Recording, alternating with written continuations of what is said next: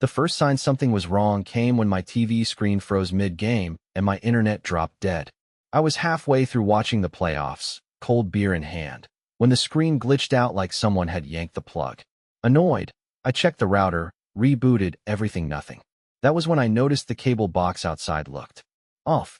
The metal cover was swung open, and the cables were dangling like a pack of chewed-up spaghetti. I'm Logan Keller, and I live in the sleepy suburb of Willow Creek. At least it used to be sleepy until the HOA, led by the queen herself, Wanda Jenkins, started terrorizing everyone over every stray blade of grass and every car parked an inch over the line. I grabbed a flashlight and walked outside. That's when I saw her. Wanda, in her pastel pink cardigan and pressed khakis, standing smugly at the end of my driveway, arms crossed like she was surveying a crime scene. "You've had unauthorized wiring modifications," she said, voice dripping with fake authority. I blinked at her. "What the hell are you talking about?" "Your satellite dish. It's against HOA aesthetic guidelines." I had to intervene. Intervene. I glanced at the shredded cables. "You cut my lines?" "I removed illegal modifications," she said, brushing invisible lint off her sleeve like she was the damn sheriff of the neighborhood. My blood boiled. "You destroyed my property." "It was an eyesore," she sniffed. "You should be thanking me." I couldn't believe it. This middle-aged tyrant took it upon herself to vandalize my property because she didn't like the way it looked? I pulled out my phone and started snapping pictures of the damage and her standing right there. "You're gonna pay for this, Wanda," I said, voice low. She gave a dismissive wave. "Good luck. The HOA supports me." She turned on her heel and strutted back to her McMansion like she hadn't just committed a crime. I stood there, fist clenching and unclenching. I wasn't just gonna let this go. Wanda Jenkins had finally messed with the wrong guy. The next morning, I stood in line at the Willow Creek Police Department, a folder tucked under my arm, filled with the photos I had taken the night before. The fluorescent lights buzzed overhead as a young officer waved me forward. "What can I do for you?" he asked, pulling a notepad from his pocket. I set the folder on the counter and flipped it open to the clearest shot of Wanda's handiwork. "I need to press charges for vandalism and destruction of property." He studied the photo, eyebrows lifting slightly. "You got a name for the suspect?" "Wanda Jenkins. She's the president of our HOA." At that, the officer gave a small, knowing grunt. "You're not the first to come in here because of HOA nonsense, but this is serious." He tapped the photo. "Cutting utility lines is a felony under state law." Relief flooded me. I wasn't crazy. What Wanda did wasn't just petty harassment, it was a real crime. He took down my statement carefully, asking for every detail about the night before without interrupting. By the time I was done, he handed me a receipt for the police report and assured me an investigator would follow up. I drove straight to work after that, adrenaline still humming. I manage a contracting business, nothing flashy, but it meant I knew a thing or two about property laws. I spent my lunch break pulling up the local statutes on HOA governance. As it turned out, Wanda had overstepped big time. Not only was there no bylaw about satellite dishes, federal law actually protected my right to have one. I printed everything out, stapled it into a thick packet, and set it aside. If Wanda thought she could bulldoze me with her high and mighty attitude, she was about to find out what a real fight looked like. That evening, I spotted a city utility truck parked outside my house. 2 workers were inspecting the mangled cable setup. One of them, a guy with a thick beard and grease-streaked hands, shook his head as I approached. "Never seen anything like this," he muttered. "You live here?" "Yeah," I said. "Is the damage bad?" He pointed to the open panel. "She didn't just cut your line. She yanked the main junction. Knocked out service to 3 other houses on your block." My stomach tightened. "You're serious?" He nodded grimly. "We have a report filed. This is tampering with public utilities. Big deal. Whoever did this could be looking at jail time." I thanked him, heart pounding. This wasn't just personal anymore. Wanda had managed to screw over half the street with her little crusade. By the time I got inside, my phone buzzed. Unknown number. I answered cautiously. "Hello, Mr. Keller. This is Detective Alvarez with the Willow Creek Police Department. I'm following up on your vandalism report. We arranged to meet at my place." 20 minutes later, a plainclothes detective stepped up to my porch. He was tall, broad-shouldered, with a notebook already in hand. "Mind if I take a look at the scene?" he asked. I led him around back, showing him the torn-up cable box, the shredded wires, and the photos I had taken. "She admitted it to me," I added. said she was intervening. Alvarez scribbled something down. Good. That's admissible. Do you have any security footage? I shook my head, frustrated. Not yet. I ordered a system today. He nodded. Well, we've got enough for now. I'll be filing charges for felony malicious mischief and criminal destruction of communications infrastructure. You'll probably be called to testify. The thought of facing off against Wanda in court sent a jolt of satisfaction through me. For once, she wouldn't be the one barking orders. As Alvarez left, I noticed a growing group of neighbors milling around the sidewalk, murmuring to each other. Apparently, word had gotten out about the service outage. Mrs. Ramirez from 2 doors down approached me, her arms folded over her apron. Logan, do you know why our internet's been out all day? I hesitated, then decided the truth was the only way forward. Wanda cut the main cable line, trying to enforce some bogus rule. Gasps rippled through the small crowd. Mr. Patel, who ran an online business from his home, turned red with anger. She cost me an entire day of work, he shouted. That's thousands of dollars. Others chimed in, voices rising. Nobody seemed surprised that Wanda was behind it, just furious. Someone suggested calling an emergency HOA meeting. Another neighbor, a retired attorney named Mrs. Dalton, volunteered to draft the petition. I offered my printed packet of legal documents to help. Within an hour, we had a plan. We would force a vote of no confidence against Wanda under the HOA's bylaws. If 2/3 of the homeowners agreed, she would be removed from office. I stayed up late helping neighbors canvass door to door, explaining what had happened and gathering signatures. By midnight, we had nearly every household on board. The next evening, the community center was packed. It was standing room only as Wanda marched to the front of the room in her usual pastel getup, clipboard clutched like a shield. What is the meaning of this? She demanded. Mrs. Dalton, cool as ice, stepped forward, holding up the signed petition. We're calling for a special vote to remove you as president of the Willow Creek HOA, effective immediately. Wanda's face flushed a deep crimson. This is outrageous. I was protecting property values. Mr. Patel spoke up from the back. By destroying public utilities? By knocking out our businesses, our schools, our lives. The room buzzed with angry agreement. Wanda's mouth opened and closed several times, but no words came out. Mrs. Dalton raised her voice. All in favor of removing Wanda Jenkins from her position, say aye. A thunderous wave of aye shook the walls. Wanda stumbled back a step, looking around as if the betrayal were somehow shocking. Only 2 hands stayed down her husband's, and her best friend's from across the street. The vote was final. Effective immediately, Wanda was out. As she stormed from the room, a police cruiser pulled into the lot. Detective Alvarez stepped out, a folder tucked under his arm. Wanda Jenkins, he called. She froze.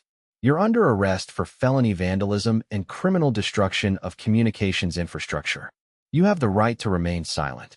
The entire community watched, dead silent, as Wanda was led away in handcuffs, her clipboard clattering to the ground. I crossed my arms and leaned against the doorframe, satisfied. For the first time in a long while, Willow Creek belonged to its residents again, not to the tyrant who thought she was above the law. The morning after Wanda's arrest, the neighborhood buzzed like a hive kicked over by a boot. News had traveled fast, even beyond Willow Creek. Local reporters were parked along the sidewalks, their vans cluttering the cul-de-sac. Microphones and cameras aimed toward the community center, where a few residents gathered to discuss what came next. I stood on my porch with a cup of coffee, watching as a gray-haired man in a navy blazer approached. His badge glinted in the sunlight. Logan Keller? He asked, voice clipped but polite. That's me, I said, setting my cup down. Assistant District Attorney Tom Reynolds. Mind if I have a word? I waved him up. He followed me to the porch table where I offered him a seat. I reviewed the charges filed against Wanda Jenkins, he said, flipping open a thin leather folder. Given the extent of the damage and the disruption to essential services, we're pursuing enhanced penalties. She's looking at multiple felonies. I leaned back, absorbing that. I figured it was serious, but enhanced penalties? He nodded. Interference with communication infrastructure is bad enough. But when it affects businesses, emergency response systems, and education access, the courts don't look kindly on that. I thought of Mr. Patel's lost income, the kids down the block unable to access their remote classes, and the elderly neighbors who relied on medical alert systems. Wanda hadn't just made a personal enemy, she had endangered lives. Tom continued, We're also examining HOA records. There are allegations she misused funds and imposed unauthorized fines. That caught my attention. Misused funds. He flipped to another page. Several residents reported that HOA dues went up sharply over the past year, but major community improvements were either delayed or mysteriously canceled. No transparent accounting. I remember the supposed beautification project last fall. A few new shrubs and a bench that looked like it had been salvaged from a junkyard. We had all wondered where the extra dues had gone. Tom stood, tucking his folder under his arm. If you have any documents, emails, or notices from the HOA, now would be a good time to gather them. We may need witnesses. I promised to dig through my files. As he left, my neighbor Jenna waved me over from across the street. You won't believe what I found, she said, holding up a thick manila envelope. Inside were copies of HOA newsletters, meeting minutes, and financial reports, except there were glaring inconsistencies. Expenses listed without receipts, checks written to companies no one had ever heard of, and consultation fees that were suspiciously round numbers. Jenna pointed to one line item. Landscape consulting, $5,000. You know who the consultant was? I shook my head. Her nephew. He's 19 years old and works at an auto shop. My jaw tightened. We need to show this to the ADA. By noon, a small parade of neighbors had assembled in my living room, arms full of documents, screenshots, and printed emails. Mrs. Dalton, the retired attorney, organized everything like a seasoned prosecutor, categorizing evidence into neat piles. Forgery, she said, tapping one pile. Embezzlement, she said, tapping another. Abuse of authority. It was worse than any of us had guessed. Wanda hadn't just been a tyrant about lawns and paint colors. She had been lining her pockets while threatening anyone who questioned her. That evening, a town hall meeting was called by the interim HOA board, 5 volunteers who had stepped up after Wanda's ouster. The community center was packed again, but this time there was a cautious optimism in the air. James Whitaker, a soft-spoken engineer who had lived in Willow Creek for over 20 years, stood at the podium. We have a lot to rebuild, he said, adjusting his glasses. Financially, legally, and in trust. He outlined a plan, a full forensic audit of the HOA's finances, new transparency measures, and monthly town halls open to every resident. No more secret meetings. No more unchecked power. One by one, neighbors stood up to share their experiences under Wanda's rule. A single mother fined $200 for having a non-conforming mailbox. An elderly couple threatened with lien action over a supposed fence violation that never existed. A veteran harassed for parking his truck, his only vehicle, in his own driveway. Each story painted a clearer picture. Wanda had systemically targeted anyone she thought wouldn't fight back. When my turn came, I kept it simple. She thought she could destroy my property, then hide behind her title. She was wrong. The room erupted into applause, not for me personally, but for the idea that the nightmare was over. Over the next few days, the fallout continued. Investigators from the district attorney's office combed through the HOA records, hauling away boxes of documents. Subpoenas were served to Wanda's known associates on the board, those who had rubber-stamped her decisions without question. The local news ran a story titled, "Tyrant of Willow Creek Exposed." Wanda's mugshot, a far cry from her usual polished appearance, flashed across the screen. Meanwhile, the community pulled together in ways none of us had seen before. Volunteers organized clean-up days, repaired common areas, and repainted the playground that had been neglected for years. A retired carpenter built new benches for the park, refusing any payment. A group of teenagers painted murals on the community center's once drab walls. It wasn't perfect, but it was ours again. One afternoon, I was replacing the broken cable box with a new, tamper-proof model when Detective Alvarez pulled up at the curb. "You'll be happy to know," he said, stepping out of the car, "Wanda's been formally indicted. For felony counts, vandalism, tampering with utilities, embezzlement, and fraud." I tightened the last screw on the box. Good. Maybe now she'll realize she's not above the law. He handed me a document. "You may be called to testify at her trial." Should be straightforward, given the evidence. I signed where he indicated and handed it back. As he left, a few kids rode by on their bikes, laughing, the kind of carefree noise we hadn't heard in months.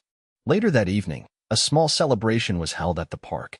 Folding tables covered with homemade pies, coolers full of soda, and a rented grill manned by Mr. Patel himself. No speeches.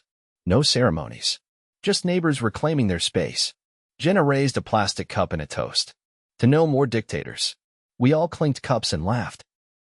As the sun set, casting a golden glow over Willow Creek, I realized something. Wanda's downfall hadn't just freed us from her tyranny. It had reminded us that the real strength of a neighborhood wasn't in its bylaws or its manicured lawns. It was in the people willing to stand up for each other when it mattered most. And from now on, no self-appointed queen was ever going to forget it. The weeks that followed were a whirlwind, but not in the frantic, stressful way it had been under Wanda's thumb. The air in Willow Creek felt lighter, the kind of atmosphere you don't usually notice until the weight lifts off your shoulders. Kids played basketball in driveways without worrying about phantom noise complaints, and neighbors who had once kept to themselves started chatting again over fences and mailboxes. One Saturday morning, I was repairing the garden bed by my front porch when a black sedan pulled up. It wasn't an unfamiliar sight these days, but this wasn't a police cruiser or a news van.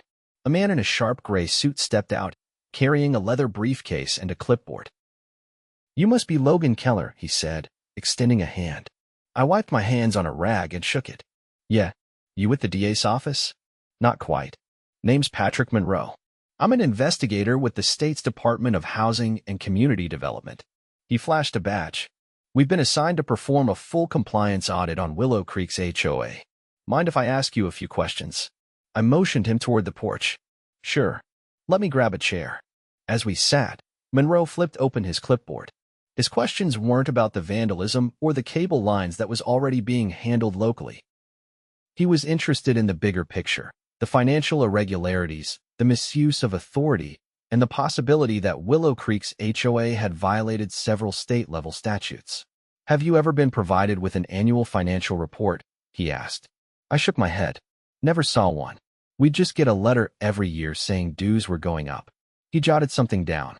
"And were you ever given an opportunity to vote on major expenditures, landscaping, construction, anything like that?" "Not once. Wanda would announce projects were happening, and that was that." He nodded. "That's a violation of state HOA transparency laws." He flipped to another form. "Last thing, did Wanda or any former board members ever threaten legal action against you without proper cause?" I thought back to the ridiculous warning notice she had slapped on my door last year about my non-compliant patio furniture. I explained it to him, and he added it to the growing list. "Appreciate your time," Monroe said, standing. "You'll be hearing more soon. Once our report's complete, there will be state-level penalties assessed. Might even be grounds to dissolve the HOA entirely, if that's what the community wants." He left with a courteous nod, and I sat back, stunned. Dissolving the HOA? It had seemed like an untouchable institution for so long that the idea of life without it almost felt unreal. Later that afternoon, James Whitaker called a meeting at the community center. Word had gotten around that the state was involved now, and the turnout was even bigger than the last time. The folding chairs filled up fast, with people standing along the walls and in the back. James tapped the microphone, his voice steady. "We have an opportunity most neighborhoods never get. The state has found preliminary evidence of systemic abuse by the previous HOA leadership. We can petition to dissolve the HOA entirely. No more mandatory dues, no more arbitrary fines, no more power games." Murmurs swept through the crowd, louder and more animated than before. Mrs. Ramirez raised her hand. "What happens to the maintenance of the park and the common areas?" James smiled slightly. "Good question. We can set up a voluntary neighborhood association. No enforcement authority, just a group to manage shared spaces. Contributions would be optional." Another neighbor, Mr. Patel, stood. "I say we take our neighborhood back." Applause broke out, spilling from the open windows into the warm evening air. James laid out the process: a formal petition, a simple majority vote, and then submission to the state for approval. It was refreshingly simple compared to the labyrinth of regulations Wanda had used to keep us all confused and compliant. As the meeting adjourned, Jenna caught up to me outside. "Can you believe this?" she said, clutching the petition form in her hands. "We're actually doing it." I signed without hesitation. The next week moved fast. Volunteers canvassed the neighborhood, gathering signatures. Some folks were skeptical at first. Change always made people nervous, but once they heard the details and remembered the nightmare we had just survived, almost everyone signed. Meanwhile, Wanda's legal troubles deepened. New charges surfaced after investigators uncovered a private bank account she had used to deposit consulting fees. Turns out, She had pocketed over $30,000 in under 2 years. Her trial date was set, and the DA's office announced they would be seeking maximum penalties. On a breezy Friday afternoon, James submitted the dissolution petition to the state. 3 weeks later, we received the official notice. Willow Creek's HOA would be formally dissolved in 30 days. The celebration that night was unlike anything Willow Creek had ever seen. Someone set up a projector and played movies on the side of the community center. Kids ran around with glow sticks, and families brought out coolers and camp chairs. It wasn't organized by any committee or enforced by any rules. It was spontaneous and real. As I leaned against a tree, watching neighbors laugh and share food, Jenna wandered over with 2 sodas. "To freedom," she said, handing me one. I clinked my can against hers. To freedom. The next morning, I helped set up a community workday to clean up the park.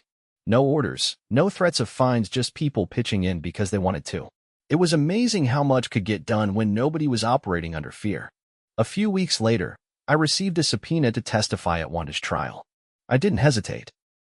Standing in front of the courtroom, I told the jury exactly what had happened: the vandalism, the abuse, the lies.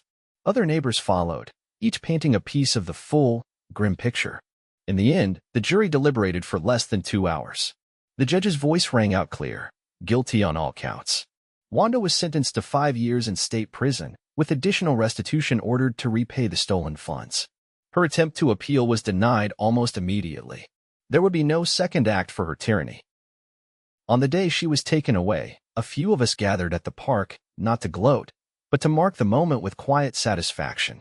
Wanda's reign had ended not with a bang, but with a whimper, her influence crumbling under the weight of her own arrogance. That summer, Willow Creek transformed. Without the constant pressure of fines and threats, the neighborhood flourished naturally.